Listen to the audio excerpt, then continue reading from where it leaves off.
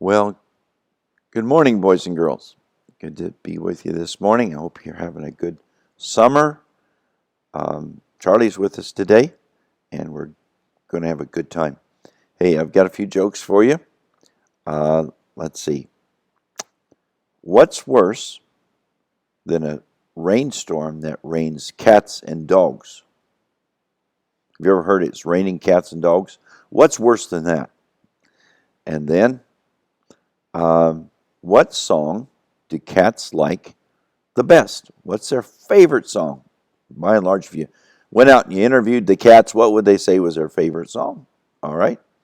And then finally, what game does a cat like to play with a mouse? What game does a cat like most to play with mice? Okay, ready? What's worse than raining cats and dogs? Pouring elephants and buffaloes.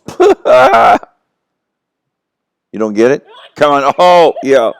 Oh, man, you'd have to watch out that one of those buffaloes or elephants don't land on you. That would be a bad rainstorm, wouldn't it? Okay. And then, what song do cats like to play most? Three blind mice. See how they run. Three blind mice. Yeah. Get it? Blind mice, they can catch it. Blind mouse.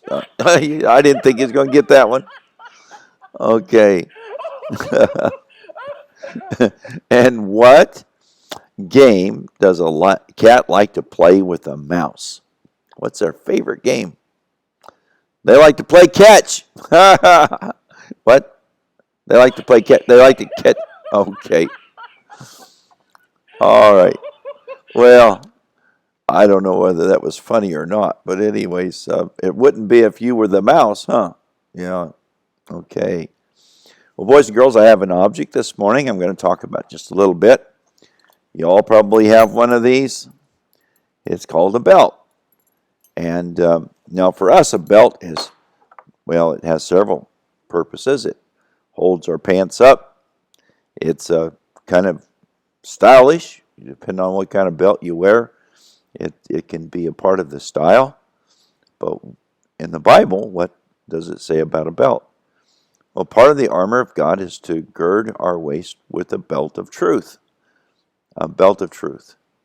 In the Old Testament, when they made a contract, really wasn't a contract, it was a covenant, one of the things they would do is they would exchange names, they would exchange belts. And a belt identified who you were. By looking at a man's belt, you could tell what he did, whether he was a carpenter or whether he was a philosopher or a scholar, whatever it was. And so you actually traded that, so you knew that you were in a covenant, an agreement with somebody that was identified by that belt.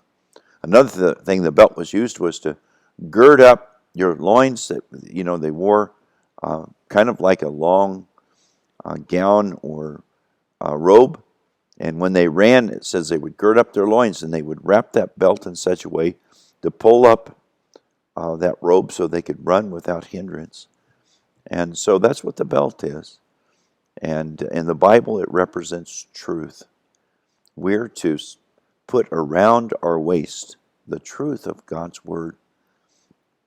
And it's a part of our armor to walk and live in a victorious way and to not be defeated by sin. We need to really pursue truth. Where do we get truth? Boys and girls, you know?